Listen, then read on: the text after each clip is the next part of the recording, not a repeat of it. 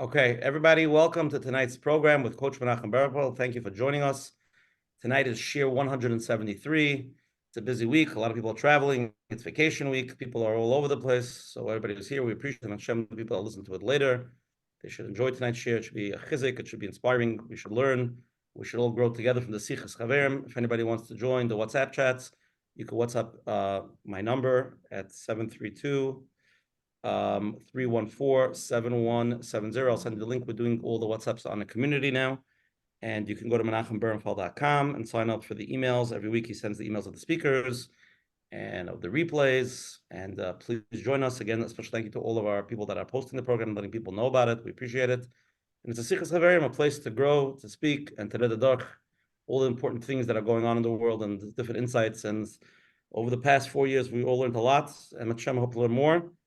And I'm going to post in the chat where everybody could join the chat so you can see what's going on. If anybody wants to watch the replay of this on YouTube, you can click on the subscribe button. Every Monday morning, Menachem uploads the videos, and you can click on the like button. So we get a lot of likes and we become rich, me and Menachem.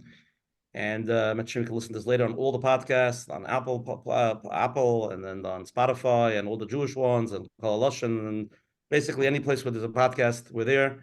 And you should enjoy it. And a special thank you to all the advertising sponsors, the Lakewood Scoop here in Lakewood, Ellie and Ariel from 5 Town Central, Chayla Kalpin from JCN, and Mrs. Mika Sofer from COL for promoting us. We really appreciate it. Thank you so much. For anybody who's here the first time, every Sunday night at 9:30 on this Zoom ID, we have different shiurim, different speeches, different topics, and we really try to cover a lot. Next week, September 4th, we're going to have a deep discussion with the world-famous psychiatrist, Dr. Jacob Friedman from Eretz Yisroel. He's the author of multiple books. He came out with a new book. His old book, he writes a column in the Mishpacha magazine, Off the Couch. His new book is called The Things I Told My Patients. And we're going to be discussing a lot of things. I wrapped it into 2 sentences. Unveiling Wellness, a comprehensive talk on mental health, what to avoid in therapy, the enduring conflict in Israel, and strategies to combat burnout in today's fast-paced world. So that's really about 10 topics in one, but we're going to try to put them all together. And Menachem will be in Menachem next week. And he's very excited to come on. He's been on before, and he's a brilliant man. And please join us. It's going to be a very deep program. Let people know about it. Tonight we have the schus and the honor of having world-famous Rabbi Zalman Duchman, who runs the largest Tzedakah moised in the world, in my opinion, as far as I know, called Chayil Chabad. We're going to discuss a lot of inyanim of Tzedakah and charity in Eretz Yisroel. We'll get a deep perspective, try to get some insights. And Menachem should be a big chizik for everybody, for all the people that are here tonight, and the 1,000 people, Menachem, that listen to it. And we really, this is something that's important to everybody. We all want to be involved. We all want to help. Everybody wants to be involved in helping Yidden. We are a nation of people that have chesed. And now things that are going on. Next week's show is February 4th, correct. Somebody texted me. But please, let's really get some clarity. People have a lot of questions. A lot of things are happening. And we're going to first start out tonight's shir 173. Rabbi Zalman 173, and the reason why we didn't have you on before today is because we needed the gematria to shtim. And Rabbi Noach Fried is going to give the gematria for 173 and tell me if it's a good gematria. Shir number 173: Insights on how to give the most meaningful tzedakah for Eretz Yisroel. Tzedakah is definitely a beloved mitzvah by HaKadosh Baruch Hu, which leads to abundance of chesed and achdus, which leads us up to tonight's gematria. 173 is the gematria ha-mitzvah chaviva, the beloved mitzvah. Got this? No, Rabbi Zalman, a good gematria? Proof? A gewaltige gematria. Okay, gewaldig. Okay, we'll get to you in a second. I know you have a lot to say. We're first going to start with Coach Menachem. Coach Menachem, it's Sunday nights. We could be skiing now. We could be now in Florida. But we're sitting here on Zoom to get chizik. Why are we here tonight? What are we trying to glean from here? We have some people listening from Florida. Baruch Hashem. They don't want to give it up, but so I want to welcome everyone. Welcome to another Let's Get Real with Coach Menachem. Baruch Hashem, with a lot of siyata d'shmaya. We're doing tonight's number 173, and the topic tonight is a chashuv topic, like we heard. The mitzvah of tzedakah is built in every Yid's DNA. This is part of who we are, and tshuva, tefillah, and tzedakah. These are on top of the list. Tzedakah, there's a range. Now you're talking about those who give every week a few cents when they tzin the lecht, which is amazing. and it goes all the way to those who build big moistusin, and they give a lot of money, and avada, some give matam b'seisa, you don't even know. But that's the way Hashem created the world. Some people are givers and some receivers. Avada, most people want to be the givers. Everybody wants to be the giver. And I was thinking, the kids are now, my girls are busy with the plays. Everybody wants to be in drama. But at the end of the day, it's a Welt, and there are all, there are those who receive, those who give. And it's a big schos if Hashem trusts you with the money and gives you the money to be able to give to others, for those who need it. And there's a chachma how. There's a chachma how to give it, which we'll discuss Mitzvah tonight. But there are different levels. Where do I give first? And halacha, aniyah ircha koidmin. In halacha, it's brought down that Eretz Yisroel is considered aniyah ircha, because we all, as Jews, as the Yidden, belong in Eretz Yisroel. Eretz Yisroel is considered aniyah ircha. The same thing with Talmud Chacham. Talmud Chacham is like a brother for all the Yidden. Mamish like a brother. So we give money to Talmid Chachamim and the Ircha. The most important is to give him in Beseiser, Matan Beseiser. Now, Matan Beseiser could be, number one, the person that nobody should know who gave it. Nobody knows who gave it. There's Baruch Hashem abundance of money, but nobody knows where it's coming from, which is amazing. But there's another level to it, that even the person that gets it doesn't know that it's tzedakah. Talking about families who, even before the war, even before October 7th, now we're busy giving tzedakah about October 7th, but even before that, families that are struggling, and to have that family, whether it's Yisayimim, Almonas, they should need, whatever they need, they should have in a way that the kids shouldn't feel that they're getting tzedakah. Now that's an amazing mahalach, and that's something I heard from Kol Chabad. And Mitzvah Hashem will hear more tonight. But they have a mahalach, and again, any tzedakah, they all try to do it the right way, but to hear it firsthand from the Rosh HaMoised, somebody who runs it, to see how they actually do it, again, whether it's before October 7th or now, especially now, and talking in the long run, what's the plan? So here we are, and Mitzvah Hashem will get to ask you the questions. He'll give us some insights, and Mitzvah Hashem, we should all be able to be from the giving side, and Hashem should help. We should be zeicher to Mashiach. We shouldn't have to take care of Hashem's Yisayimim. Mashiach should be Mitzvah Hashem. Amen. Shkoyach, Coach Menachem, beautiful opening. Amen. Really appreciate it. And we're going to get into it right now. So we titled tonight's shir, Insights on how to give the most meaningful tzedakah for Eretz Yisroel, unveiling the past, shaping the present, and building the impact and an impactful future for the Yidden and Klal Yisrael and Eretz Yisroel. And tonight we have discussed Rabbi Zalman Duchman. It's part of the leadership of Kol Chabad, the oldest continuously operating tzedakah in Eretz Yisrael. Kol Chabad is one of the largest organizations working with the Israeli government in areas of food security, distributing over $100 million a year in support to the poor in Eretz Yisrael. Rabbi Zalman, shkoyach for coming on, and please open it up. Menachem, thank you very much for opening up your Chabuda. Chabuda that for this is 173rd week that you guys are together to chizuk Ish Yisrael Chazak. Whenever the Yidden are in trouble, we always come together, and this is really the kavanah. So I'd like to thank you very much for hosting me. I was asked to start off with a few-minute background, and then we'll go to the questions. So obviously, the past 113 days has been totally life-changing for me. It's been life-changing for all of us, anyone of my generation. We've experienced something that we've never experienced before. And the first thing is we have to thank the Ribbono Shel Olam. We must thank the Ribbono Shel Olam to be part of Klal Yisrael in this moment of history. Anyone that's watching anything that took part in the past 113 days, from even before the Yontif ended in Chutz La'aretz and of course in Eretz Yisroel, right away the first question everybody had in mind: what could I do? How could I help? How could I get involved? And there's been it's been an unbelievable outpour It's unbelievable that people, one would think that with the onset of a Milchama, with the onset of a war, people would right away retreat to themselves, hold back. No, the opposite. People are looking to see more and more. I had the schus being part of Kol Chabad, the oldest continuous operating tzedakah. We'll get through some of the history a little bit later, to kind of had not just a front row seat, but also to be part of this response. So I had the schus, and I'd like to, it's my opportunity to share it with you guys, with Rosher, with Menachem, with everybody that wants to join the conversation. Now, I've been raised my entire life around Kol Chabad. The Rebbe appointed my father in 1978 to bring the Kol Chabad, the oldest continuous tzedakah, into the 21st century.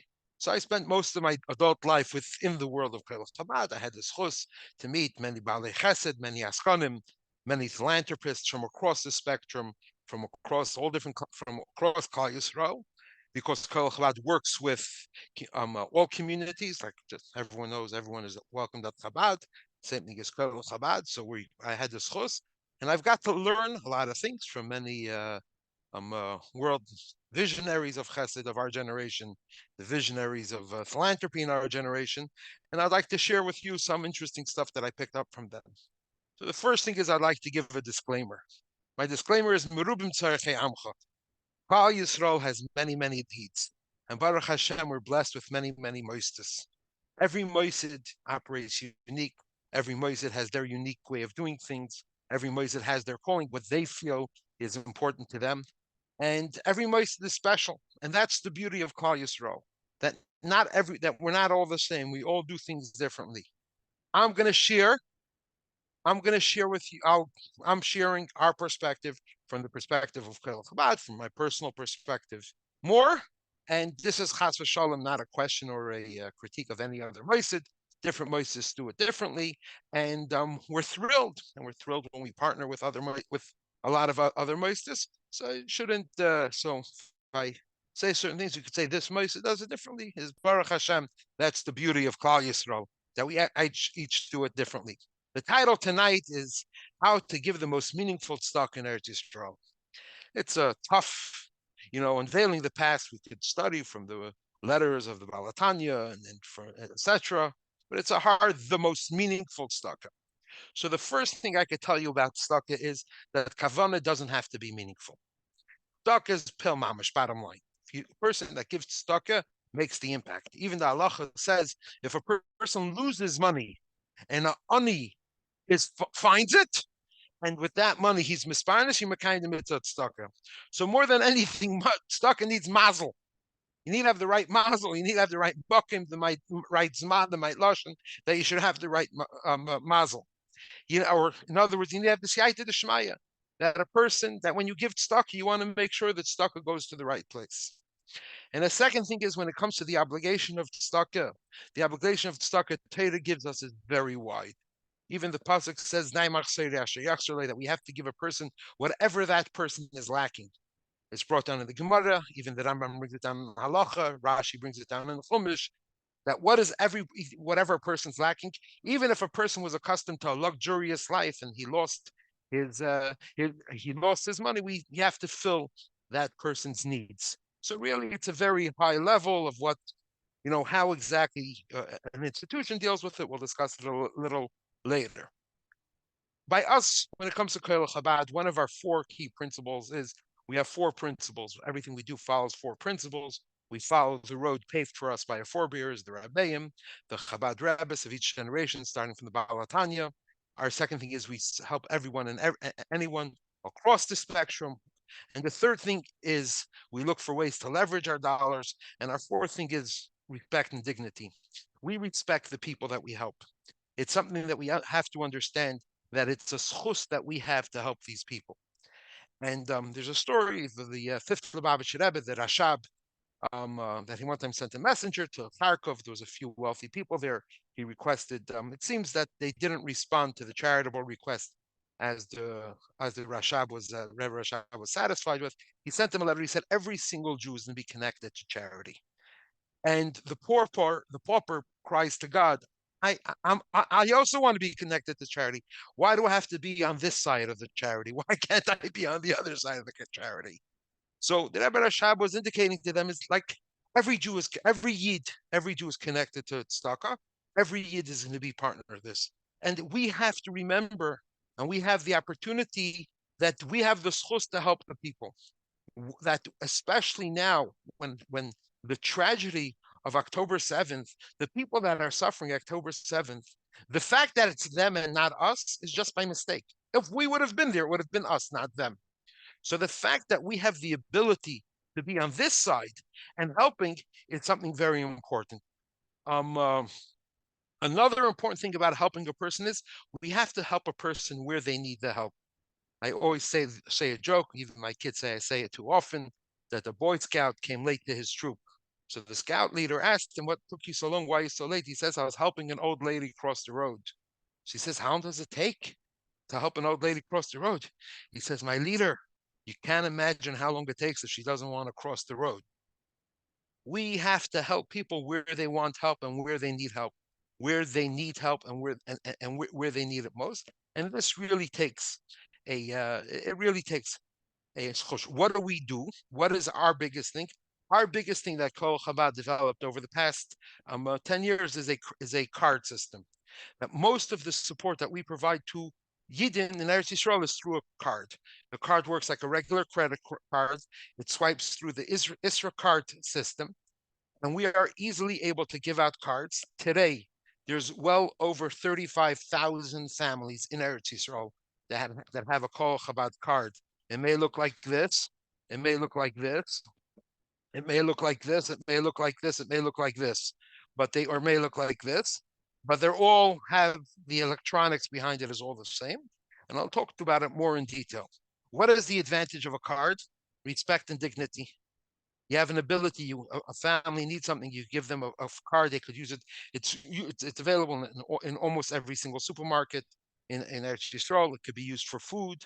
It could be used for basic needs. We could control what it's used for. So we'll discuss more in detail about right after October 7th. But by us developing such a system gives us the ability to help tens of thousands or even hundreds of thousands of Yidden quickly. We're able to leverage it. All I have to do is hand it to the family. And lately, I mean, right after Simchas Torah, the families that were affected, their homes were destroyed. We all saw the pictures. We all saw the videos. What also people don't realize, their credit cards were canceled because the terrorists went and stole their credit cards, and they went to Gaza City. They were going shopping. So they really had nothing. And a lot of these families, very proud people that never needed anything. We went and we handed to each family a credit card, 5,000 shekel on it. Just want to share with you a fascinating story. The actual physical cards itself is printed in Be'eri printers. Be'eri is one of the kibbutzim that was affected most. Some over 10% of the kibbutz were killed and captured. And obviously the printing house itself was closed, obviously, Simchas Torah, and they weren't going to reopen. We needed to get cards. We reached out to the Be'eri printer, and we said that we need to get cards to give out because that's where our cards were. We had cards printed from before Yontif, and we needed to pick it up, and then we also needed the magnetization done. And the guy from the manager of the printer still didn't know where his father-in-law was. He didn't know where the family was. But he said that if we are not going to open up, if we are not going to reopen, so what's going to be? What are we going to do? Just close down all the companies around here? So the first company in the Gaza envelope to open after the attack of Simchas Torah was the Be'eri print shop. The first job they did was printing more cards and magnetizing the cards, putting on the data strip for the cards, for our cards to be distributed. This was done even before the families were able to do levayas, before we even knew on the Tuesday or the Wednesday right after. And the owner, at that point, the entire kibbutz was in a hotel near the near the Yam HaMelech, near the Dead Sea. And the employees came by bus. They came by bus from the Dead Sea to the kibbutz. The kibbutz is Nebuch destroyed. And to open up, and this was the first job they did. And he said that night they got back onto the bus and they came back to the hotel. And they were giving out the cards to the families, and he says, and I was handed a card that just hours ago I finished printing and finished magnetizing. He says, never before did I need something from somebody. And over here for the first, it hit me of what this card meant to those people. So doing it in such a way, we had the infrastructure in place.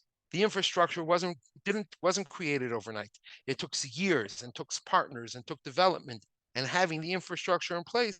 And we were immediately within a matter of hours able to start giving out cards. Within a day or two, we were able to get even more cards to be able to give. And I would like to share one more point. When we gave out the cards, we gave out for based on family members. We also gave out for the hostages. And we gave the family members a card. And with the phone number, they said when the hostage is released, call this number, activate the card. And do I need to share with you the simcha? When we saw these cards, that was the different criteria, when the cards that were allocated to hostages were being called and activate with a phone number, because they have to give a phone number, an ID number, in order for the hostages to take. So this is just one, it's our largest program of the food cards that we have. We have Almanis and other types of mishpachas, all different things that we'll get to but I think the most important thing is, and just where I want to start off is, or where I want to come back to is, the number one when it comes to tzedakah, there's no perfect way. Any way Yid does tzedakah, it's perfect. Number two is it doesn't need kavanah. You don't need to have any intentions. Even if you do it by mistake, you need siyata d'shmaya. And the third most important thing is that it's our schus, it's our merit to do it, and we have to do it in the most dignified way possible. And this is something that is unique to Klal Yisrael, unique that when we do things to tzedakah, we think exclusively, not how it makes us feel giving the tzedakah, but how it makes the recipient feel. And this is something going over my 14-minute introduction, so I'm hoping I'm not going too long. Ushe, you want to cut me off? No. We have a lot to cover tonight. Okay, so let's get into it. Zalman for that opening.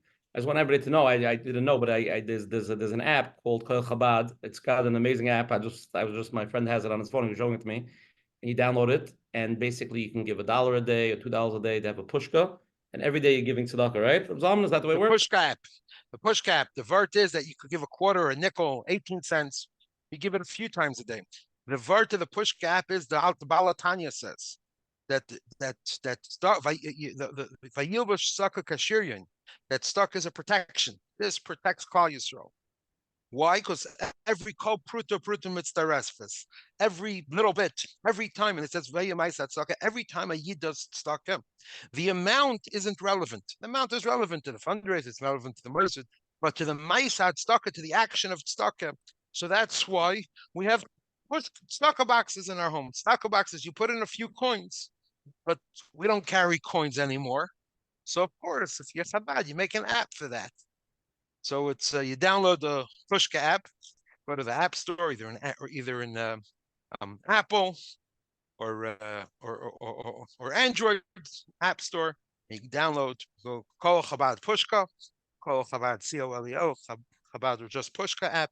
And you download the app, and every time you want to do something to Eretz Yisroel, tachlistic, every time you hear good news, you see good news, you see a geschmack thing, you're motivated.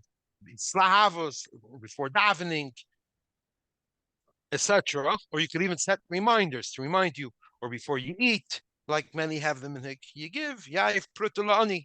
You give tzedakah, and you could have preset amounts, and it has all the happy stuff with reminders, etc. Well, but yes, it's a really cool app. Zalman, and we have hundreds of Yidden. I want to get to the polls. Before I get to the polls, I want to just clarify a few very quick questions. How much money a year does Kol Chabad give out? How many families? You said 35,000 families have the card? Okay. There's 35,000 families. Just give me the data so people know what Koil Chabad is The and how big did it number, okay. start by the Baal Tanya? How 35,000 did the Tzedakah families. start by the Baal Tanya? What's it? One thing at a time. There's well over 150,000 families that have cards of one-time use from before Yom Tif or specific times that was given. There's 35,000 families that have monthly cards that automatically refill itself every chodesh. Mid chodesh b'chodshei, it refills itself. Over 35,000 mishpachas have a card. How much money does Koil Chabad give out a year? Over $100 million. On a year like this year, it's a lot more. In 2023, it was $175 million, but a big chunk of it, or part of the increase, was associated with our last quarter from October 7th. But we are en route to be in between the $150 and $200 million. Okay, let's jump into the polls. Okay, first of all, we have to Zalman, who's like the asking in Tzedakah, and we're going to ask him a lot of detailed questions in Tzedakah and giving, and questions came from all different places. Let's take a poll now. Zalman, we're going to ask the Oilam their questions. Menachem, can you see it? Okay, this is the poll. It's 3 questions. Everybody answer to the best of your ability. Okay, it's your personal opinions. First question: what aspect of tzedakah, giving charity in Israel, do you consider the most important? It's your opinion. Supporting Yisraelim, orphans, almanas, widows, number 1. Number 2, security and defense, including supporting soldiers what they need to win the war. Number 3, poverty alleviation, especially aiding those affected by the current economic statuses, like just getting rid of poverty. And number 4, healthcare, ensuring that all Israelis have access to the best medical system. Like, what's your opinion? What's the most important? Like, if you had $100 right now to give, what would talk to you?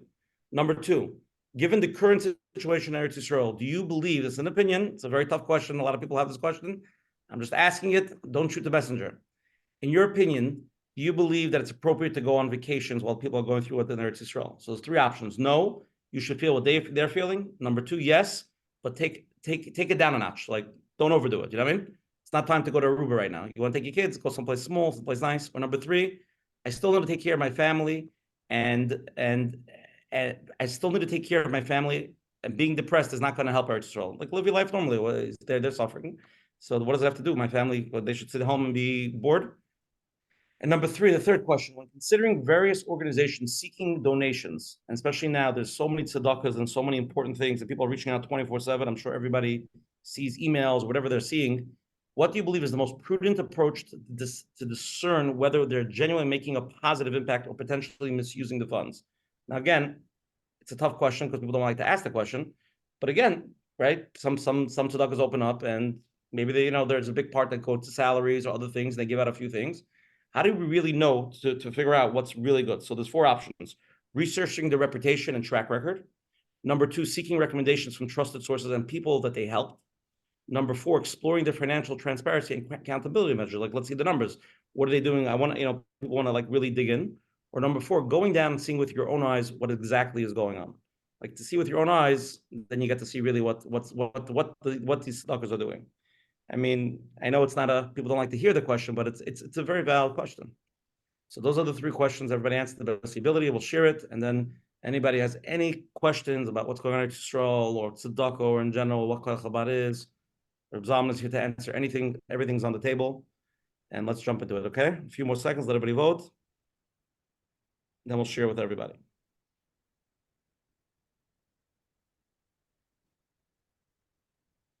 Okay, 5 more seconds.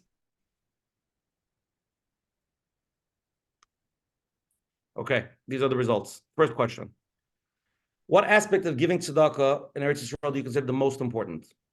So, number 1, supporting Yisraelim and orphans is number 1. 44% of people said that. Number 2 is tied. I don't know how it's possible, both 69%. But because it says it twice. Okay, I see that. And number 2, people are saying security and defense, that giving money for Eretz Yisrael security, making sure the soldiers have what they have. So most people feel over here tonight that making sure the soldiers have what they have is more important than supporting Yisrael Almanas. That's the first question. Second question: given the current situation in Israel, do you believe it's appropriate to go on vacations? 90% of people say no, you should feel what they're feeling. 57% of people feel yes, but take it down a notch. Like, you can go, but don't go crazy. and 23% of people feel I still need to take care of my family, and being depressed is not going to help Eretz Yisrael. Very interesting. And the third question, Rabbi Zalman, you could you could speak through the questions afterwards and just see what your opinion is. When considering various organizations seeking donations, what do you believe is the most prudent approach to discern whether they're genuinely making a positive impact or potentially misusing the funds on salaries? 29% of people say research their reputation and track record. 52% of people, most people here tonight, believe the way to really figure it out is seeking recommendations from trusted sources and people that they help. Speak to the people that help and see Tzedakah. And 15% exploring the financial transparency, only 4% going down with your own eyes and actually seeing what they're doing. So those are the polls, Rabbi Zalman. I want to hear your opinion on them. All three? All three. I have an opinion on everything. Well, I know. Missed opinion. So the first thing is there's a fascinating thing from the first thing is a fascinating thing. The Lubavitcher Rebbe Zatzal says that when Yidden give tzedakah to help to support the Moshe in Eretz Yisrael, it helps the soldiers, regardless which institution they're helping. Why? Because it gives them the sense of pride of chizuk that Klal Yisrael is behind them. It's a sikha that Rebbe spoke Yitzis Kislev Tavshan Lamed Hey Yat Kislev, an association to in continuation to where the Rebbe spoke about the work of Kol Chabad. And the Rebbe said that this itself gives chizuk to the soldiers. And this shows us as Hine Layanav Layishan Shema Yisrael, that God doesn't slumber nor sleep, and He protects Klal Yisrael. Why? Because this thing that Klal Yisrael is coming together to support Eretz Yisrael, this itself gives them chizuk. So I don't think it's mutually exclusive, helping give this and helping that cause, especially because of, obviously, the most important thing is that, most important thing today is on our minds is the protection of Eretz Yisrael. Eretz Asher Tamid Einei Hashem Lekecha Ba Mereishis Hashana Vad Achri Shana, on such a serious way. So if it's helping this moisid or that moisid, I think it's all connected. It's all supporting the same thing. So if it's the same in almanas, etc. So I don't think it's a mutually exclusive. So that's why it's not a choice. It's a question is if you're going to do it this way or that way. You know, what's more important, to have a right shoe or a left shoe? If you got to go outside and it's cold, you need boots. Which boot is more important, the right boot or the left boot? You need to have two boots. So there's each one fills their role. And obviously, they're all today to be ma'ir and to strengthen. That the Eibush there continues to protect. So even though physically, obviously, they need to have whatever they could do, but this concept of it helping is definitely carrying through.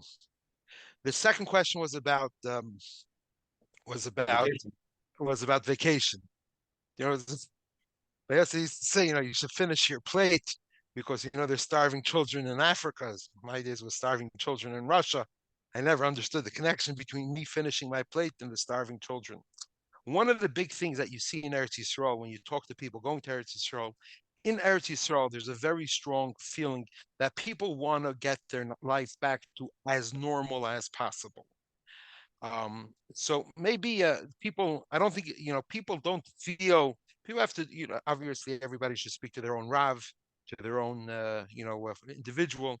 But in Eretz Yisrael itself, you find that obviously the soldiers, even the soldiers, want their families to live, to get back to as normal as possible. You meet with the social workers in the cities, you meet with the mayors. How can we open the school? How can we get to things? Even the families that are displaced, that are still in hotels, that are still, what can we do to make their life as normal as possible? So I don't think, obviously, Hailus and just to go back to things normal, as normal, and Chas v'Shalom, for it to seem to correct it, to forget about it, is not really. It's not. People just don't feel up to it. You know, you don't. If you go on vacation, you're not going to enjoy it anyway. So it's a Yiddish geld. But obviously, for families that need it to do what now's the Heilige Yeshiva week, to do Keminhig, each community Kefimin Hagam, each community according to their custom of what they do Yeshiva week, when they do Yeshiva week. So obviously, I don't think that there's going to serve benefit to the Yidden in Eretz Yisrael by knowing, unless a person's going to say, instead of allocating the dollars here, we're going to allocate the dollars here. And that's something that we see very unique from my vantage point. You hear when you talk to people that call in our office, and they say, we have a person that saved money to redo their kitchen, and they sent the entire amount of money that they saved. They were going to redo their kitchen, and they sent it into Kol Chabad to help families. They said, no, we're not going to redo our kitchen now. We are going to allocate the money. There's an elderly Holocaust survivor on Coney Island. She lives on Coney Island. She has an aide that helps her. The aide sent us a beautiful picture. Maybe if I could find it here quickly, I could share this picture. She gets together with her elderly friends a few times a week, where they talk about Eretz Yisroel, and before they start talking, they do something tachlis, and that is that they give tzedakah to support Eretz Yisroel. So let me see if we could get cute. That's they went to go pick up her pushka. Her pushka had $125 in it that she raised from elderly Holocaust survivors in Coney Island in her building. They get together, they daven, and they talk about Eretz Yisroel, and they do something tachlis. Beautiful, beautiful. Now the third thing is about different tzedakahs. Like I started off, I said earlier that there's meruvim tzarech yamcha. There's a lot of different tzedakahs, and I mentioned the Rebbe asks a question. It says in the Gemara that Rebbe mechabed ashirim, that Rabbi Yehuda Nasi had special respect for wealthy people. So I understand the Rosh Yeshiva that needs to respect Gevirim, wealthy people, because he needs to account for them for money for the yeshiva. But Rabbi Yehuda Nasi was very, very rich himself. It even says that the Barnes people by Rabbi Yehuda Nasi would drink from gold goblets. And the Gemara says that it's a guzm, it's an exaggeration. So even if it's an exaggeration, it's exaggerating that he's not. But he was really, really rich. So he definitely didn't need to give kavod to chanfa gvirim. That's definitely. And before we could talk if chanfa and gvirim b'chal help, but that's not a thing. What is the Rebbe mechabed ashirim? So the Rebbe said that every Yid has the mitzvah of tzedakah. Every Jew has to give tzedakah. Where to give the tzedakah? Which moisid, which cause? If it's going to be to yeshivas, if it's going to be to koil, if it's going to be the Yisayim and Almanis, if it's going to be to a Bikra Cholim, if it's going to be for Achnasas Kala, that the HaKadosh Baruch Hu, God entrusted the people with the money to make the decisions. So today is obviously not like it used to be. Today it's very easy. Today with pictures and WhatsApps and with communications, it's very easy for people to know what moistus are doing, what institutions are doing. We live in a very small world. We are all a few WhatsApps away from each other. You could pick up a phone easily. It doesn't cost what it used to cost, a telephone call to Israel. And easily, we all have friends across. So I definitely think that people, and then I just want to share one other thought about specifically about tzedakahs. This is something that a big gevir taught me. This is my good friend, the Baal Chesed from Miami. Those that know Mr. Ronnie Cohen. Simcha tomorrow. So he taught me this about tzedakah, and this is so it's more for from the Yiddish perspective or philanthropic perspective. He says that in his portfolio and businesses, he has A's, B's, and C's. He has the businesses where he's an expert and he invests a lot, and he has places where he where his B's, and then his C's is where he has small investments and little things of opportunity. It says by tzedakah, Yid that comes asking to tzedakah, he gives tzedakah. Yid comes, he gives something. Then he has moistus that he's somewhat involved in. Then there's a few moistus that he gets involved in very, very seriously. At the time when I met him, just to share the story, he's I asked him what category is called Chabad. He said Chabad is a B. I said, how do we become an A in your portfolio? And he wanted certain, we had a certain discussions of, he was first learning about us. And Baruch Hashem, today we became an A in his, we're from his main tzedakahs that he supports. I think there's something that also it taught me very much. And also from the other side, when you know where the person stands, every Yid has to get involved in a tzedakah. And you need to have a tzedakah that's your 8 tzedakah. And every person is different. One person's going to be a local thing, and one other thing is be this. Every person must have a tzedakah. This is my tzedakah. This I take achrayas for it. I take responsibility. For a person that has more room in their head, they could be 2 or 3 tzedakahs. Everybody has to have their beat tzedakahs. of what they get involved, but it's not maybe their A's. And then there's the other tzedakahs that a person does every time a Yid has. There's a situation, and it's so I hope I answered the questions. Ushi, did I answer all Excellent. three? All three. Now let's cut into the All live three. question. Let's get serious, okay? Okay, I'm Okay. always Kaisar's gonna go serious. first. I'm a Okay. serious guy. Hi, Rabbi Duchman. By the way, I tried to donate last night or thing, but my computer, I think, had a glitch. I'll try again.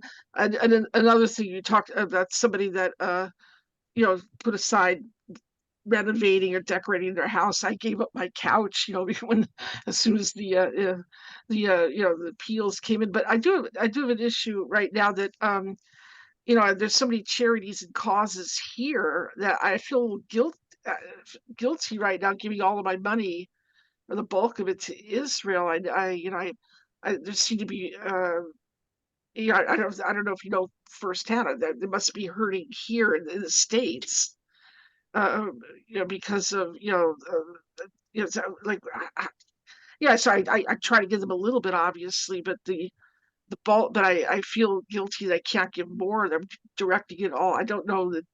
I really don't know what the priority is. Like, you talked interestingly about the priority, people, giving the soldiers instead of the widows and orphans.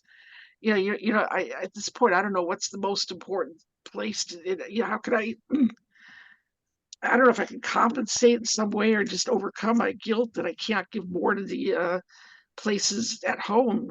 I mean, isn't it halacha, al pi halacha? Aren't we supposed to focus on our immediate community or family? I know that Israel's a family, but where do you know what I'm saying? What do I do about the charities here?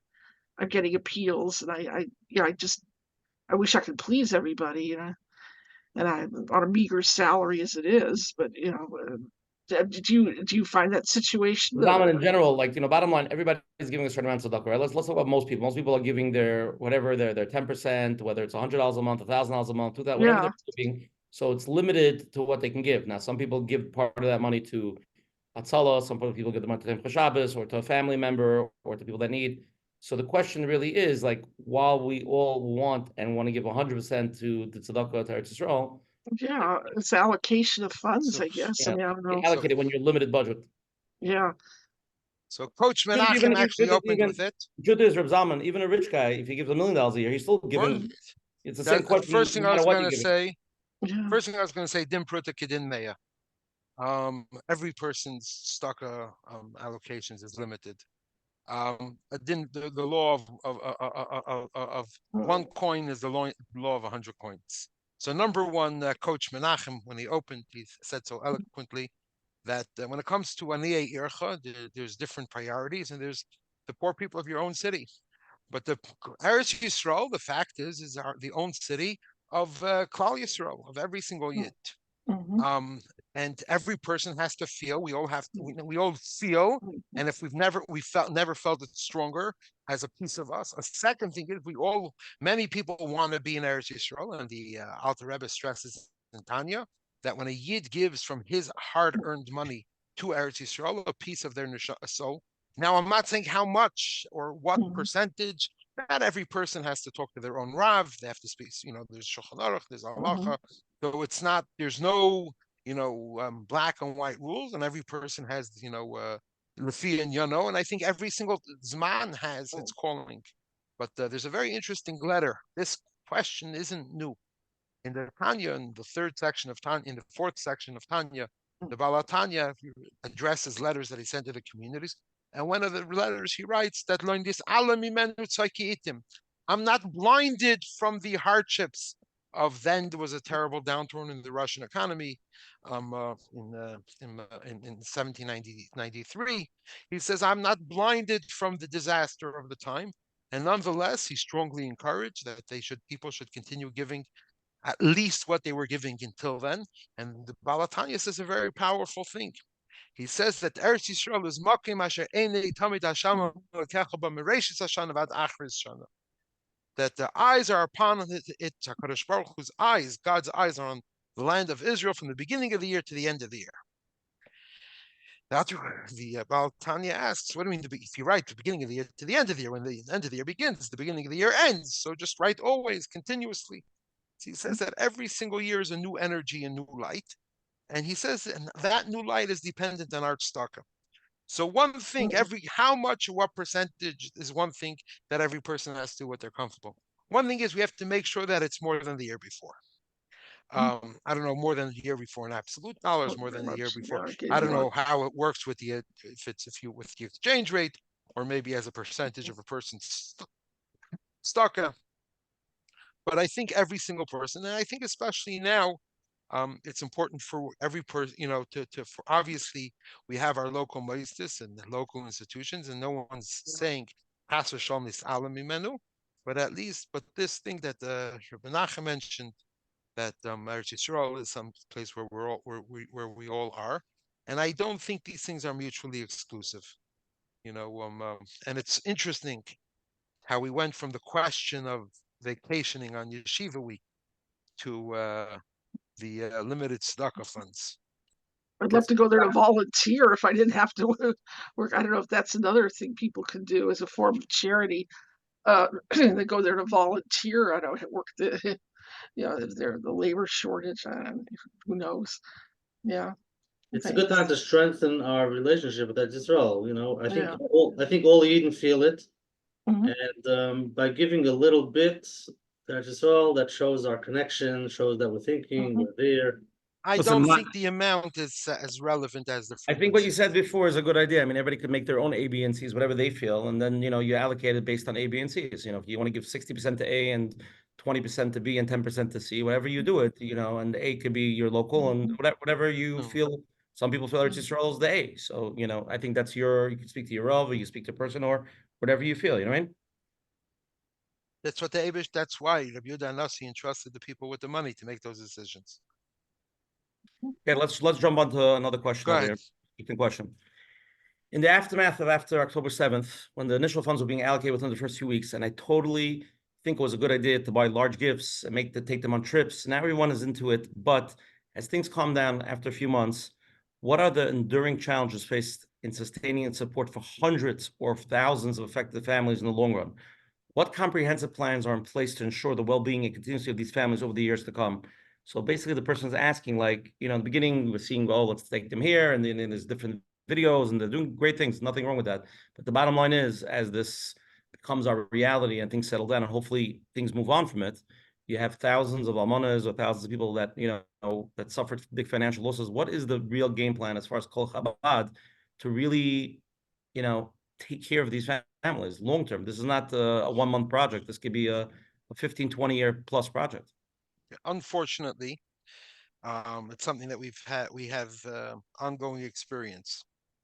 When a tragedy strikes a family, so there's a certain adrenaline of the first couple weeks. There's striking, there's the shiva, especially now, war orphans. There's the shivas are well attended by politicians and by rabbanim and big people. We all see, and people from all over the world come to pay shiva calls, to be Menachem, and it really is Menachem the family, and it helps the family. But then there's a few weeks pass, and the noise dies down, and then just past the Shloshim, and a new reality sets into a family. And this new reality is a total change for the family. And what we've seen many years ago from situations, not just situations of this magnitude, but all throughout the years, unfortunately, there's many Yisayimim and situations of Yisayimim and Almanas in Eretz Yisroel that families used to disintegrate. The schools weren't equipped to deal with the children. Very hard, what are you going to do? I know when I was in school, if I misbehaved, they called my father. Baruch Hashem, as a father, I don't get the calls, but as a student, my father got the calls. And Chas v'shalom, what happens when there's a child that got Chas v'shalom, the father's not there to call? What are they going to do? So the kids would get away with the kids will get away with stuff. The students. We started in 2002 a program, Keren called Keren Chesed Menachem Mendel, named a special fund that helps specifically young Yisraelim in school, not in school, to succeed in life. It's a comprehensive, a full, all-encompassing program where we have thousands of graduates from all different spectrum, from across the spectrum, from all different works of life, which each child gets specifically what they need. We have special programs. Now, most of these programs are invisible. That means the child, most of the boys, the children, they don't even know they're being helped. We have a younger man. We have a guy that his job is to deal with the yeshiva katanas, the high school age students, with the schools, with the teacher, with the schools. We call the school. We tell the school, if there's a problem with the student, call us. You need to hire a private tutor, call us. We'll fund the private tutor. The child needs special psychological help, special therapy. Call us. We will fund it, and we fund it directly. We work directly with through the mother. We work directly with the child. Doesn't even know that there's somebody else helping them. Every single year we have an award. Students that do very well get awards. Just like all of us, when we do well in school, we get an award. We don't look at it as somebody helping us. I worked for it. This that I'm getting an award, is it a gift to me? No, I worked for it. I was told if I work hard, get good marks, I'll get an award. So they don't even feel that they're a nitzrich, that they need. And also these things, sometimes it's not even a question of money. Sometimes it's a question of having the bandwidth and the ability to do it. I want to just share a very personal story that affected us very strongly, especially in this. There was a young boy. His name was Pedaya Mark. In 2016, he was in the car with his father, and his father was shot by a terrorist. The car turned over, the father died, the mother was injured, and he was in the car and he tried to stop. He's 15 years old. He saw his father dying right in front of him. He tried to help, wasn't able to until they saved his father. And going back to school, he had a very hard time.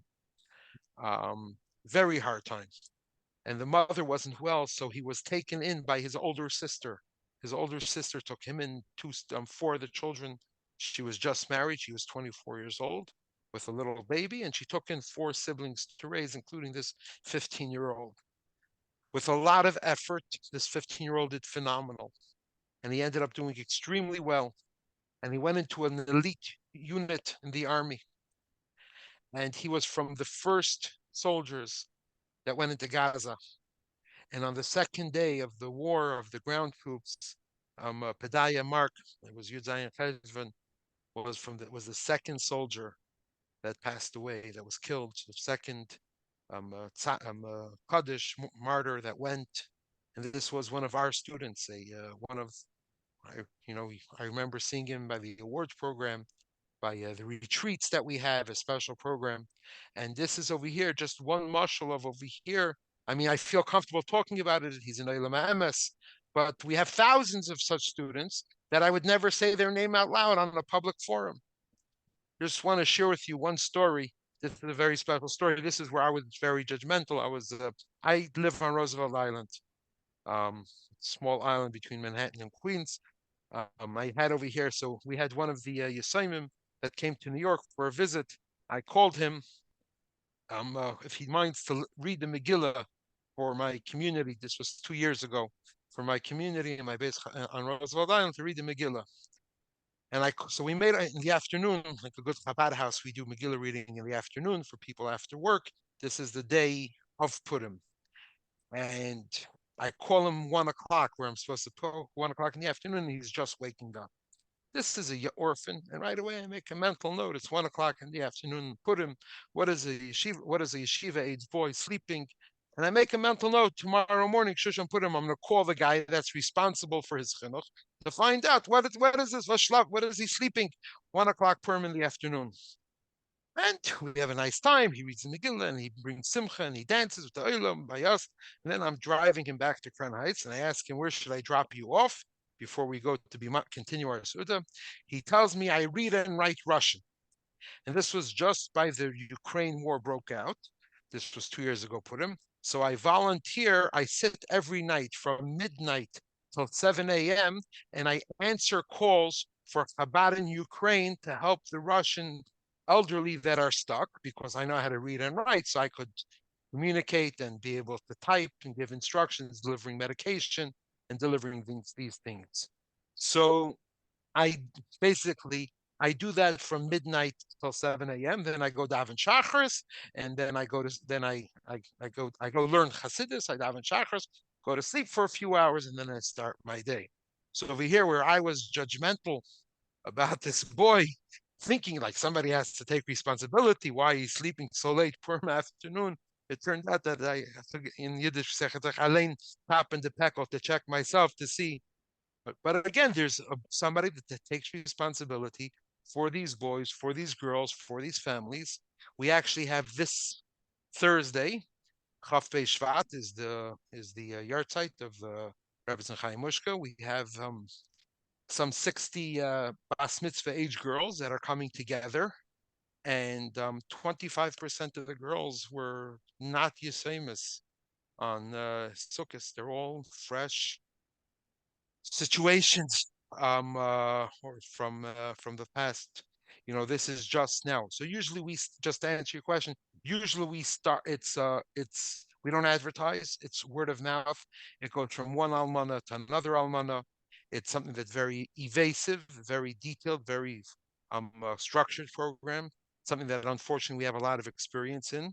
And this is a project that I believe in the next couple of years is going to have to gain a lot more effort. We do a big bar mitzvah. Bar mitzvah is slightly different because when there's a group of them together, it's a different type of feeling. But this is really a fascinating program. And it's something that's going to become very necessary. And again, this is the source that we have to be able to help people in this way. I hope I didn't go off on a tangent there. No. I want to get to this question. I think it's a very powerful question. And I want to hear what's your opinion on that? You know what I mean? Somebody sent in, why do we force all the Yidden in Eretz Yisroel, or most of them, especially soldiers, to have a minimum $500,000, $1 million life insurance policy? You know, in Lakewood, somebody read, this person's from Lakewood, they started a program, it's called Avreichim. It's basically a self-insurance where basically everybody puts in max $42 a month. And if somebody dies who has in this group, they have, I think, 25,000 people in this group. It's not just Lakewood, it's all over. And if somebody dies, then they charge your credit card $42, and that raises $1 million, and that money goes, you know, through a group of people that hold in investments, and they, you know, they support the family, and they give each living child $150,000 that gets managed. They give the wife money. Just like, why don't we make some type of life insurance or some type of program for financial stability in Israel? Wouldn't it be the best way, you know, then every time when you're doing all these moistus and raising so many hundreds of millions of dollars, wouldn't it make some type of sense to try to do something like that versus the way we're doing it this way? Okay, so I'm not an actuary or a statistician, but you mentioned in Lakewood the program is $42. $42 is 42 times 25,000. 1 second, $42. No, $42 a month is chicken their meat on Shabbos for a family. So 40 asking families, poor families, needy families to give $42 a month, it may mean that you're asking them to sacrifice not to serve the family chicken and meat. That's number one. Number two, I think it's a phenomenal idea where possible, obviously wherever it's possible to have. The Eibishter HaKadosh Baruch Hu commanded us how to do things, that we are achroi, that in Hashem told us, Chanunina b'zois, challenge me with this. The only mitzvah that we're allowed to tell the Ribbono Shel Olam, I'm going to do this mitzvah and I'm going to make a deal with you, is only tzedakah. Chanuni. The Baal HaTanya writes twice, challenge me. Not we're allowed to. God says, I dare you. Challenge me. Especially when it comes to Yisayim and the Almanas, where the Eibishter says, you look after mine, especially before Yom Tov. So, I mean, definitely, I would advise every breadwinner in their home to do the responsible thing, especially it's in Haint Keteg. How to do it on a mass level, I would love to sit down with if there's a way to do it, to automatically do it. But I think the way that Kadosh Baruch Hu commanded us that we do it when we see a need we see a nitzrach, we see a situation, it's for us to step up. Now, just the one thing that you say, $42. $42 is very interesting. By us, in our food cards, we get matched from our largest monthly food from the government. So it costs us not 40, it costs us $32, and the government gives a match, and we have Israeli companies that match us. And that with that $32, we're able to give 500 shekel worth of food to a family every single month. So $32 may sound like a small amount, but to me, $32 is a very big amount, because I know with $32 I could help another family another month as a monthly thing. How exactly it works in the actuary table when it comes to life insurance, I'm not really sure. Now, there's another thing I would also like to bring to people's attention, is that a lot of times, especially Chesed Menachem Mendel, the project of the cost is not always is the need financial. Many times there's maybe the financial need, but it's the ability to have the harchavas hadas, the broad mind, to be able to what is considered a luxury. Psychological help in Israel is considered a luxury. Private tutoring is considered a luxury. Having extracurricular activities is considered a luxury. So when we offer it to the children, it's not always the family is in dire need of the financial support of it. It's not although it costs financial, but it's not the financial support that we're providing. You know, Baruch Hashem, the Israeli government, especially for war and situations of families that are affected by terrorism and war and military, the government does a very good job in providing for the basic needs, etc. And this is something that the chush, the beauty and the wisdom, the depth and the chachma of this program isn't that it's providing financial support. Talking about the food card is financial support, and that is for families that need financial support. But the chachma of specifically for the Yishem and the Amalnis, it's far deeper than just the financial cost. The financial cost is really only part of it. The part of it is really the ability to transform children, to take young boys and girls that would otherwise fall through the cracks and watch them through life.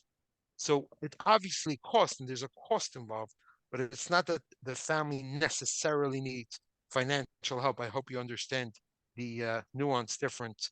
But I would definitely, if somebody knows more about such a project, I would definitely be interested in learning, in figuring out a way, if there's a way to scale or across an entire kehila, such a project. Yeah, I think like the to have a idea, liquid. the idea of $42 were for to put together a fund, not for now. It's later. It's together. They put $150. Every child gets $150 in the fund, so later on you can use it for chasanas or something. But any listeners? But we have there's what is called kranot, the Karen for funds for orphans.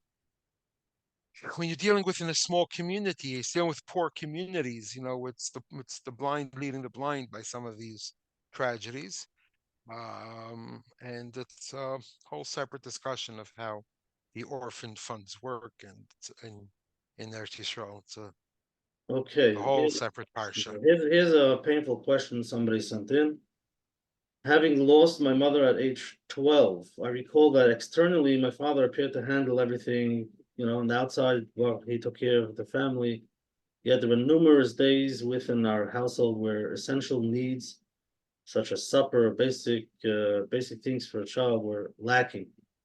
How do organizations address and provide for such situations, and what actionable steps can individuals take to address these challenges within their communities?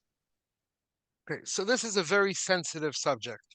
We have 6 social workers that their job is specifically this issue, and it's extremely sensitive. I see whoever asked to write about losing a mother and a father. Israelis are not known for their politically correct language.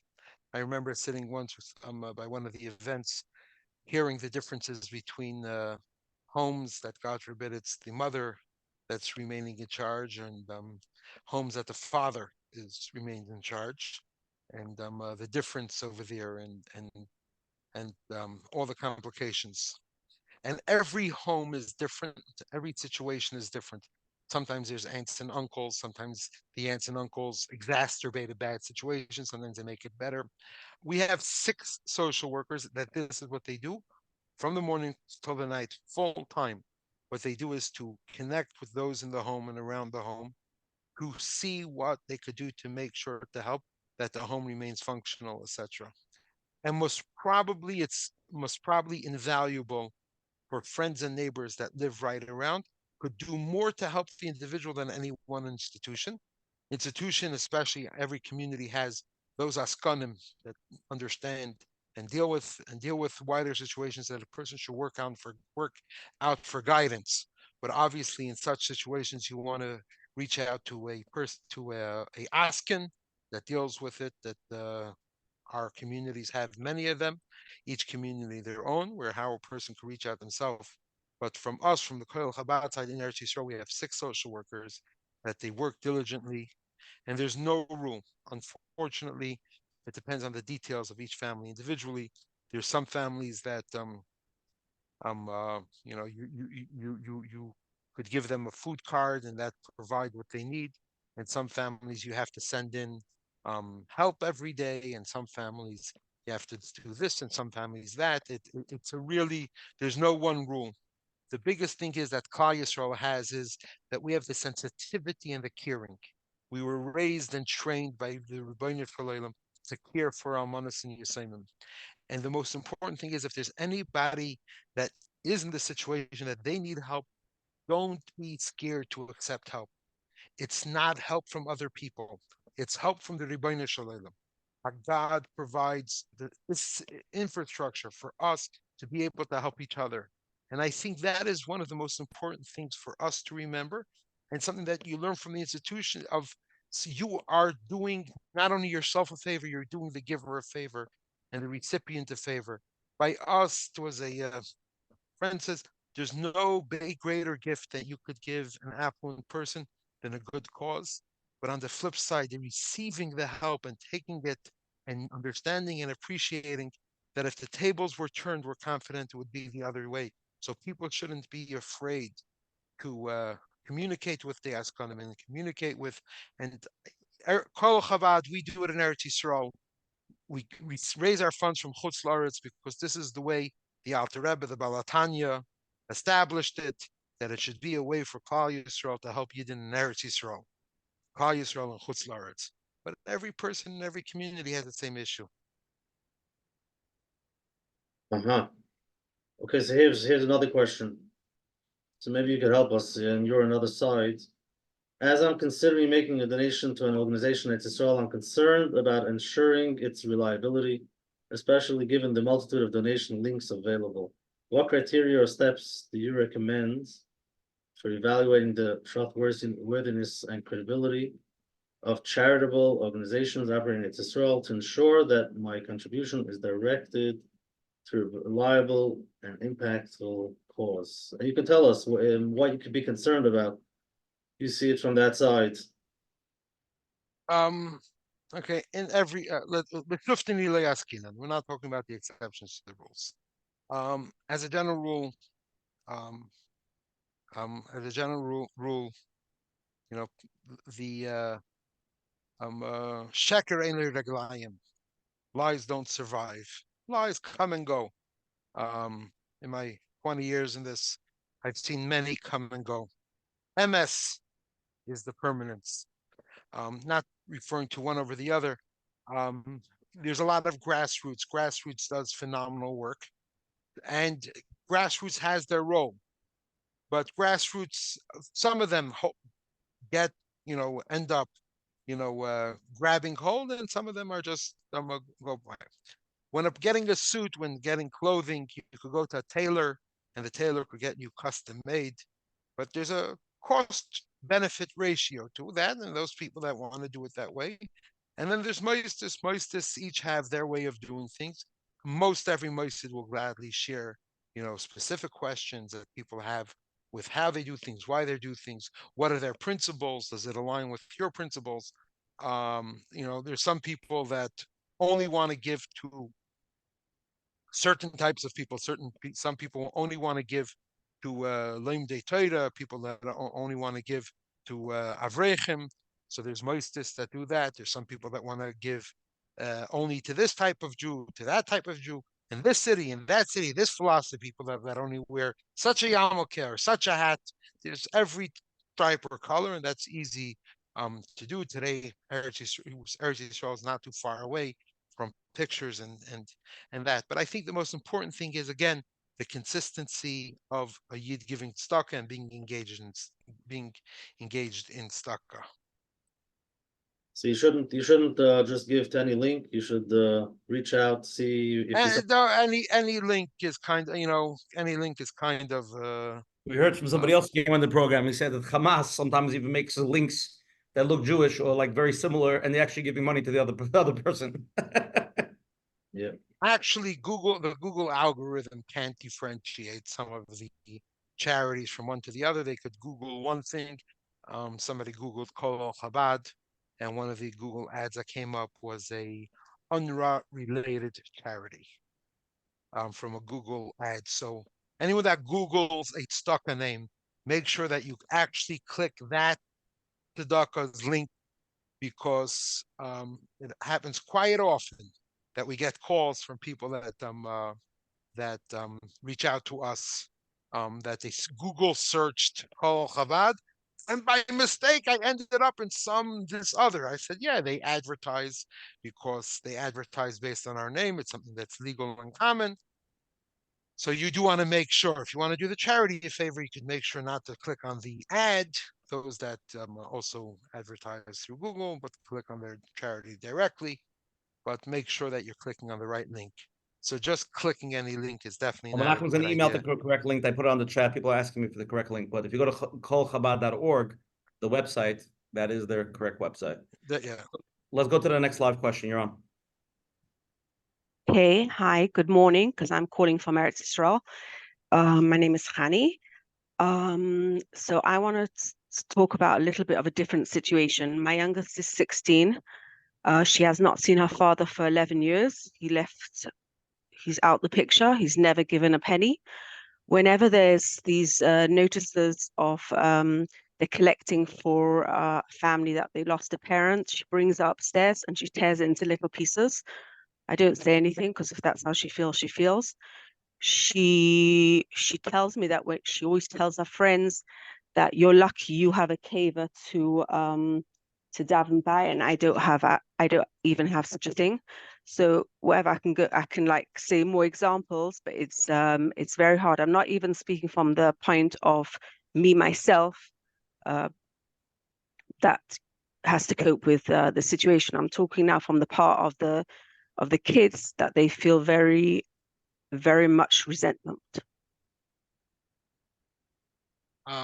So Hani, I appreciate very much your comment. We actually started, and my heart goes out to you and to your daughter, during COVID, this plight of your daughter, and obviously single parents came to our attention. We started a pilot project in Tzfas called Pninim. We actually built a center specifically for situations of single parents, single mothers with children. It's something that you're 100% important for us to be extremely sensitive to. We don't realize that every school paper that says "Dear Mommy and Tati," that Mommy and Tati line could hurt a student.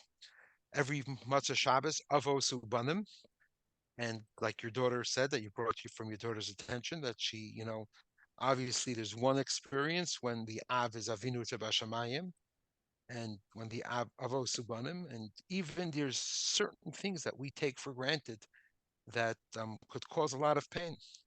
And it will be, Hani, just separately, it will be my greatest pleasure to put you in touch with, I don't know where you live, but if you could send me an email, zalman@kolchabad.org. I can put you in touch with our program in Tzfas, where we started the first location, where again, specifically for single mothers, not almanos. Kol Chabad has a lot of different programs for the other people listening. And, it's It's a very important thing, and I appreciate you bringing it up. It's not something that I would usually bring up in this because it's in this on such a call, because it is kind of very special, but it's very near and dear to my heart. This program, it came to our attention during COVID, during the lockdowns, where the single parents were having a very hard time, especially when there was other complications of the role of the destructive parent, when there was one of the parents that were destructive or things like that. So if you would like, you could reach out. I'll put you in touch with the people that run the program and feel. And I appreciate you bringing it up. You're 100% right. And it's something that we all could be more sensitive to. And I think about it when I see there's so many things, Avos Abanim programs and dear parents and on every school paper. And, I'm not saying that society should change and we should change how we do it, but I appreciate you bringing it up. And if you would like, you could send me an email and I'll send you the information. And there are other girls your daughter's age that maybe they could advise. There's groups that they get together for group discussions on these subjects that may be able to help, may be beneficial to you. Thank you very much. Thank you for the sensitivity, and that is very important. The last point about for the actual child themselves, that they shouldn't feel that they're the only one coping with such a situation. Right. Yeah. So we do have specifically high school age children. We have a program, and we started off in Sfat. It's a pilot. We want to see how you want to. It's new. We just started a few years ago. Family of Miami took on to underwrite this project. We actually built a beautiful center. A family in Efrat undertook to expand the center specifically for this. There's no signage, the address. It's behind the gate. You walk through on the other side. There's a really beautiful center for group therapy, for art and other activities we have specifically. And again, Eretz Yisroel is big. We're starting there. We have the funding. We'll expand it, but maybe even on the telephone or other things. It would be but we could do that offline. We don't need the hundreds of people listening to take part in that. Shkoyach. But thank you very much for bringing it up. And it's an important thing, and it's something that you should continuously mention to Haskanim, and it's something that could easily be overlooked. And you're 100% right. And it's something that we dealt with it very long and hard throughout COVID. Okay, interesting question. Just I guess more start question. Somebody sent an email. They came across Kol Chabad, Eretz Yisroel, and they want to learn about the history. They want to understand how the organization was established in the state of Israel. Is it specifically for Chabad? Did they help everybody? They want to understand like how it started, like the history of Kol Chabad and like how it actually runs. How did it start? You have 235. You have 235 years. Okay, yeah. Let's go very quick. The Baal Shem Tov loved Eretz Yisroel. Baal Shem Tov wanted to go to Eretz Yisroel very much. He actually headed out to Eretz Yisroel. He headed out on the journey. Hashkacha Yonah, divine providence, turned him back. The students of the Baal Shem Tov wanted to go. The Baal Tanya started also to head out to Eretz Yisroel together with Mendel Haridaker and Yisrael Kalisker and a whole delegation of the students of the Alter Rebbe. It's one of the first Hasidic Aliyah to Eretz Yisroel, 1773. As they were about to embark onto the boat, they noticed that they're leaving Russia with a vacuum of leadership. And all eyes turned to the Baal Tanya and said, we're all going to go and you're going to stay back to take care. He went with his family, with his brothers. They were 6 families went together. Just the Rabbi Zalman and his brothers and his entourage. They said that you're going to stay here in Russia and we're going to continue to Eretz Yisroel. the Alter Rebbe Reb Shneur Zalman went into isolation for several weeks, and then he accepted upon himself, and that was really the starting of what the Chabad, where Chabad began, the beginning of Chabad. Then he received a message that the situation, there's a disaster, there's no food, there's nothing, and that's where he established Kol Chabad to help those early pioneers to raise money. Even everybody knows Yat Kislev, the Alter Rebbe, got out of prison. What was he sitting in prison for? He was sitting because he was raising money and he was sending it to Israel. Israel was under the Ottoman Turks. The Ottoman Turks was an arch enemy of Russia.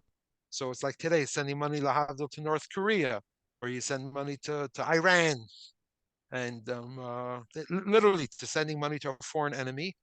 And in the documents, they say that the amount he's sending is so much, it has to be military aid.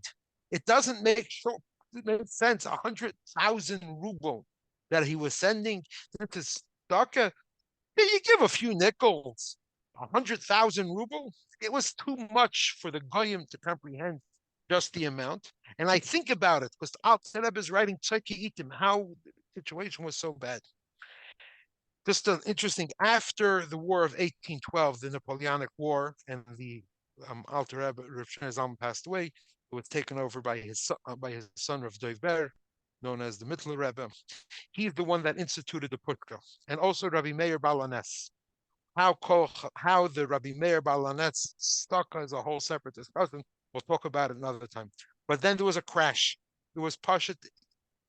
Poverty was terrible. There was the Pale of Settlements, those that know the Russian history, and it was after the battle. So what did the Mittler Rebbe institute? He instituted the Tzedakah Pushka, that every Friday he entrusted the women, that the women should take the money that's left. Those days there was no concept of savings accounts, life insurance accounts, and all that. And the women would take, before benching licht, pennies they survived, and they put it into the tzedakah box Erev Shabbos before licht benching. From then is a minhag that for all of Klal Yisrael, Rabbi Meir Baal HaNes, there's obviously there was other kolim, there's kolim kolim, kolim Shem HaChaim, kolim Kibbutz Yerushalayim, etc. that to give tzedakah specifically for the aniyim of Eretz Yisroel. Just a side ADD joke. We have a special machine that counts all the coins in our office. We had it broken. It was fixed. We brought in the guy to fix the machine. He said, besides banks, the only ones that still have these coin counting machines in their offices is Koil Chibas Yerushalayim, Koil Shem HaChaimis, and Koil Chabad. Are the three only companies in Brooklyn that still have those coin counting machines. So Ad Hayom Hazeh, till this day, we raise hundreds of thousands of dollars in nickels, dimes, quarters. But that's for the old people. The young people is the phone app. You could actually set your phone app to remind you how many minutes you put in your it knows your you put in your location. How many minutes before lichtbenchen, before candlelighting, you want to be reminded to give to tzedakah to Rabbi Meir Baal HaNes. This is something that started already from the times of the Mittler Rebbe. It was entrusted to the women, specifically Neshei B'nos Yisrael, before benching Shabbos. I'm just going on to give specifically. If you want, you could set it to remind you 20 minutes in advance, a half hour in advance. Maybe we should put it in a setting for summer. Could be one setting, winter, but that doesn't make a difference. Summer, winter, we're always the last minute anyways. So you could put in a reminder to make sure to give it either through the app, or many people put it near their candle where they give. And each Chabad Rebbe headed Kol Chabad in the office, in the Rebbe's office itself. I've seen self-addressed stamped envelopes to the Rayats in Riga. When the Rayats was running away from during the war, he was in Riga in Latvia. He was busy with money transferring to and from Kol Chabad. Ran out of each of the Chabad Rebbe's office, succeeding. It ran out of the Rebbe's office until in 1978, just a few days before my father got married. The Rebbe called in my father and gave him his life's mission to bring Kol Chabad into the 21st century. I do have to give a disclaimer that before my father, my great-grandfather volunteered for Kol Chabad in the 60s. We have beautiful correspondence between him and the Rebbe, where he raised money for Kol Chabad. He actually wrote to the Rebbe. That means my great-grandfather wrote to the Rebbe about his grandfather, that his grandfather also Rabbi Duchman also was involved in Gaba in Kol Chabad. So me personally, if people ask me how long am I involved in Kol Chabad, the answer is 6 generations that I know of. Baruch Hashem, we have this zchus that the Rebbe entrusted my father and my brothers. I work together with my brothers in this noble project. Just like all of Chabad, the Rebbe grew in a exponential ways. The same thing is Kol Chabad, and we have the zchus, the merit to be part of this amazing institution. So that's the history. There's every piece of history. I could go on and on, but I was told to try to finish by 11 o'clock. No, I'm gonna ask you one more question. I have to go because I'm traveling. Good. Menachem has 2 more questions. Then you guys are gonna go to closing. Okay, you leave with a good Maisa. But the last question I'm gonna ask you from is actually from your brother-in-law. He said you should explain a little bit more what Kol Chabad does besides the tzedakah cards. There's so many other programs that Kol Chabad does. If you can give us a little history so people can understand the enormity of what it is and how many other things they do, and let us know. And then Menachem has 2 very powerful questions to end with. We have so many programs, and it would be impossible to cover all the programs in an hour and a half. A few big ones. I think I'll give you a few of the most iconic. Is we have 23 soup kitchens. Famous one is the soup kitchen by the Kaisel. Anyone that goes to the Kaisel, you do Bayi Vishalim Ataras, you look in the behind, there's a Kol Chabad soup kitchen by the Kaisel. That's our flagship. We have 23 soup kitchens. Soup kitchens are not for families. Soup kitchens are not for children.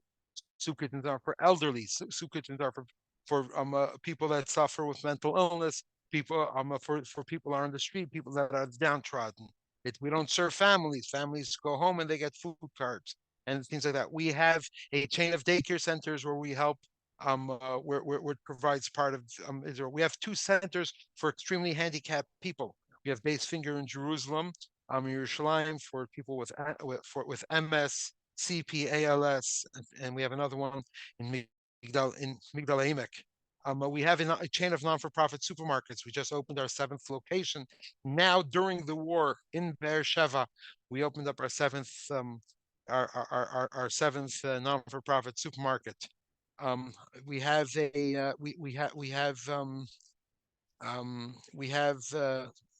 a whole host of projects ongoing before Yontif. We have the Widows and Orphans program. We have Menachem, all different types of gemachs that we help families at different times. We have 2 wedding halls to help for Achnasas Kala, the Gutnick Wedding Hall, the Luxembourg Wedding Hall in Yerushalayim, 2 beautiful halls that we were the ones that changed the way Achnasas Kala is done in Eretz Yisroel, and a whole host of projects. But really today I wanted to go discuss more of how to think about tzedakah more than what we do. You could always call me anytime. I'll be glad to share with anybody the full gamut of Kol Chabad's activities. Anyone that would like to get involved or participate, my pleasure. I love talking about it. I love telling people. Email me, schedule a time. We could do a Zoom. We could do it in person. If you know somebody that wants to get involved in a more serious level. But I think today was more supposed to be stories, a little bit about the Hashkafa of tzedakah, because the most important what we have is we have a Kadosh Baruch Hu and we have each other. That's what Klal Yisrael has. We have our Torah, we have our Eibishter, and we have each other. We have Avos Yisrael, we have Avos HaTorah, and we have Avos Hashem. And these 3 things are inseparable. And now, during this time of war, we all have to do what we can. Menachem, you had another question? No, I think we covered most of it. And again, there's one thing that I would like to before I conclude. I'll just give a closing, and then you'll mention. I'll close after you. No problem. You still have time to give brachos and whatever you want to mention, we'll mention then. So I just want to say thank you very much for coming on, and thank you for all that you do for Klal Yisrael. It sounds like there's a lot going on.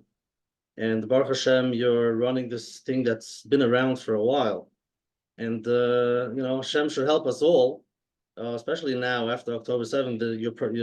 The organization is probably has many different, things had to change, whether, more fundraising or whatever it is. And like we heard, it's very important. Everybody should ask their rabbi, discuss it, and exactly how much everyone should give is not the discussion tonight. It's the idea of being connected to Eretz Yisroel, and that's where, we all feel it with what's going on with the davening and the chesed, and you see it, all over, Baruch Hashem. You feel the connection, and we all want to be there. We're in Golos, but we belong in Eretz Yisroel. Eretz Yisrael is our place where we want to be, and Eretz Hashem, we should be there soon. And by giving a little bit, whatever it is, that connection, that, you give 5 cents, you give $1, you give 2, but you're giving, you're connected, you're thinking about it. That itself makes makes the connection stronger. It helps us think, who am I? I'm part of this bigger thing. And it makes that change. So thank you very much. And we'll send out a Menachem the link. And now we'll give it to you. Leave the audience with a good a bracha or a good machshava. Let's hear. So I would like to say, number one, I'd like to thank Rabbi Usher. I'd like to thank Menachem for this opportunity to join what I could best describe as a fabrengen around Tzedakah. I think it's a special nachas especially nachas for HaKadosh Baruch Hu, that they take this time of where it's supposed to be for self-help, that they allocate. And what is the best way to self-help is how we could help another Yid, how we could help another Jew. Talk about Tzedakah. I mean, this is over here more that of strengthening each other, and how does the best way to strengthen each other? By strengthening. And I think one other thing is Menachem shemachshavtei shel adam shamun nimsa. Place where a person's mind is, that's where he is. And in a way, all of our minds are in Eretz Yisroel. And those that go to Eretz Yisroel that want to do not only b'mamayim but also b'gufam, we have pantry packers. That pantry packers has the infrastructure to accommodate thousands of volunteers, and it's always a great opportunity for those that go to visit Eretz Yisroel. I'm telling you, I go to Eretz Yisroel many times a year. For the past 18 years, never before did an Israeli ever say, thank you for coming to Eretz Yisroel. My last few trips since October 7th was the first time that random Israeli said, thank you for coming. Obviously, it's not for everybody to actually go. People have responsibilities, but everybody could give their piece. And it's not about the quantity of the amount. It's not about how many dollars. It's about constantly, Eretz Yisroel is always on our mind. And every time we think of Eretz Yisroel, we have to think of the brachas that come to Eretz Yisroel,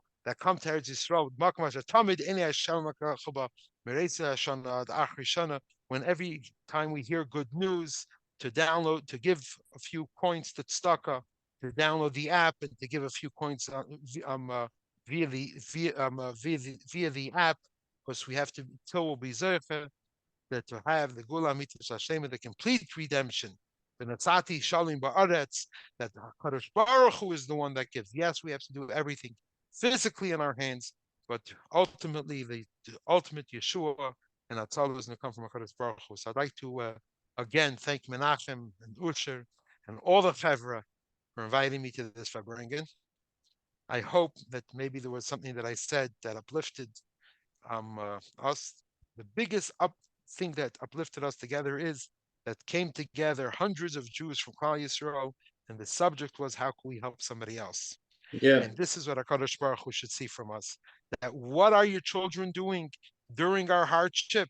What are we doing during we're attacked? And I'm sure everyone feels anti-Semitic attacks. What do we do when we get together? How could we help another Yid? How can we help another Jew? How can we help another institution? I'll finish with where I started. Ashreinu matev chalkeinu. How lucky we are to be part of Klal Yisrael, to be part of this extraordinary part of history, that we're handling this challenge in this way. Shkoyach, thank you very much. I want to thank everyone for joining tonight. And Eretz Hashem, next Sunday night, the same time, same place, with Dr. Friedman. Hatzlacha, and we're going to send out the link. And again, everyone can give whatever works. Have a good night. Shkoyach. L'chaim levracha. L'chaim.